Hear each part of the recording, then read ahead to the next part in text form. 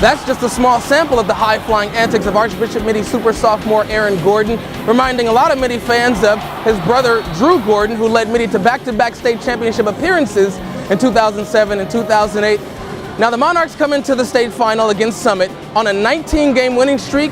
A 20th win in a row will give the Monarchs their first ever state championship. While Mitty has had a lot of recent success, the Skyhawks from Summit just recently established their program. Summit High didn't open until 2006. Okay, in the first quarter though, no butterflies for Summit on the big stage for the first time.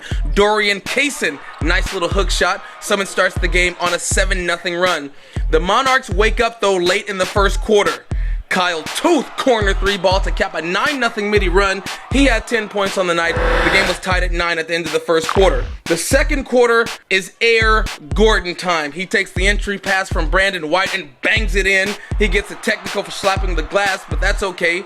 It's 15-11 Monarchs. Gordon showing off his wide range of skills. Dribble drive, pull up, Mitty up by 6. He ain't done. No, he's not done. Attacking the rim again in traffic, baptizing another one. Monarchs up by 7. And to finish off the flurry, he tips in the miss by Brent Younger. Gordon had 21 rebounds in the game to go along with 17 points. Mitty leads by 7 at the half. After halftime though, Summit with a little 10-3 mini run. Kaysen over Gordon inside to tie the game up at 29. Late in the third, we're still tied when Colin Wan pumps and then hits the 15-foot bank shot. You don't see that every day. Mitty up by 2. Right before the end of the third quarter, Neil Vranikar is wide open from three-point land. Mitty has a 3-point lead heading into the fourth quarter, and we have some high drama in that fourth quarter. Here's Juan turning the corner with speed. He gets fouled in the process. The free throw was no good, but Mitty is up 5 with 3.5 minutes left to play. Summit with an immediate 5-0 spurt of their own. Toth turns it over. Kaysen gets it to Quentin Lilly to tie the game at 50 with 30 seconds left. A Brandon White free throw put Mitty up by 1 with 22 seconds to play, and that would set up this crazy dramatic finish. Summit inbounding the ball with 18 seconds left, and they throw it away. Montego Alford chases it down but breaks the cardinal rule by saving the ball under his own basket. Brandon White puts the finishing touches on Mitty's first ever state championship. The Monarchs beat Summit 53-50. I got one. Oh, that was my brother. I mean, he doesn't really have a state title, and I can hold that over his head, but he's proud of me, he loves me, and it's good to like continue it. It's just continue it. We knew they were a pretty good team. They were very athletic. I mean, I think I was expecting a close game. I was just sad that, I couldn't help my team out because I fouled out, but I knew my team would come out in the end because we've been ready for this. We've been practicing really hard, so we were just calm the entire time. We knew we were going to win. A fantastic season for the Mitty Monarchs. They finish up with a 32-2 record. And even with that ridiculous stat line of 17 points and 21 rebounds, Aaron Gordon was not the player of the game from the Division II championship.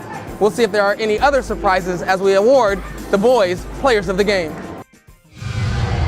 This segment is brought to you by Bell Tower Bistro and Patisserie located in downtown Saratoga.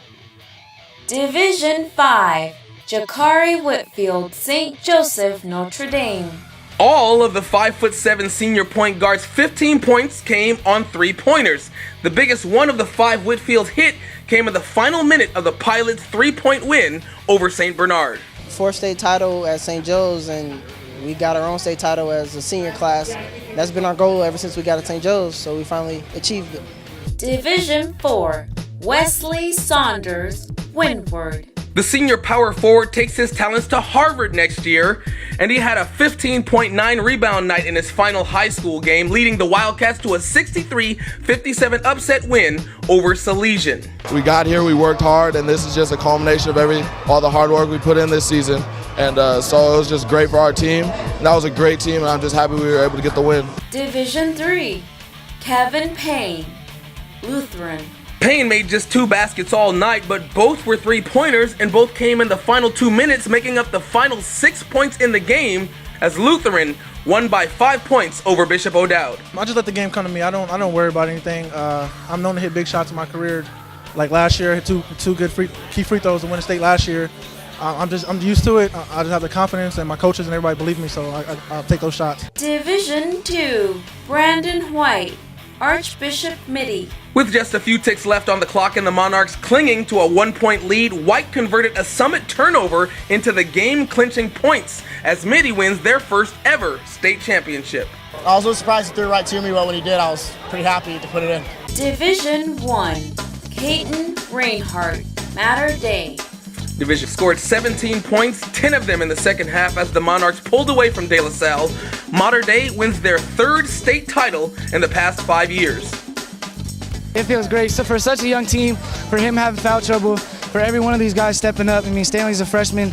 You know, he had 15 rebounds. That just tells you how much of a beast he is, especially for a freshman. And it's great, man. We're young and we're coming back next year. We have one person in the starting lineup that's not returning, and everybody else is. So we're gonna have a very good team next year.